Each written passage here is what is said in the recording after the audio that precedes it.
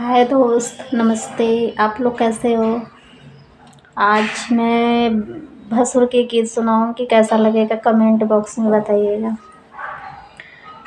भसुर बेईमान हो बहिनी ऐसे चुम्मा मांगे। भसुर बेईमान हो बहिनी ऐसे चुम्मा मांगे।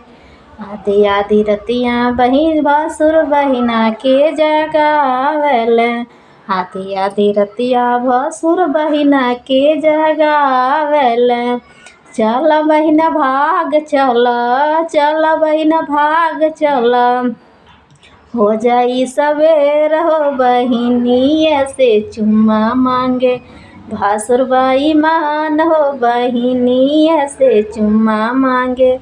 भसुर बेईमान हो बहिनी ऐसे चुम्मा मांगे। आधी आधी रतियाँ सरऊ बहिना के जगावल। आधी आधी रतियाँ सरऊ बुआ के जगावल। चल बुआ भाग चल, चल बुआ भाग चल। हो जाई सवेर हो बहू यहाँ से चुम्मा मांगे।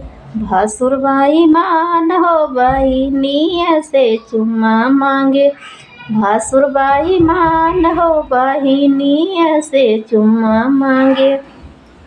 आधी आधी रतियाँ भसुर मम्मी के जगावल। आधी आधी रतिया भसुर मम्मी के जगावल। चल मम्मी भाग चल, चल मम्मी भाग चल। हो जाई सवेर हो बहिनी ऐसे चुम्मा मांगे। भसुर बेईमान हो बहिनी ऐसे चुम्मा मांगे। भसुर बेईमान हो बहिनी ऐसे चुम्मा मांगे।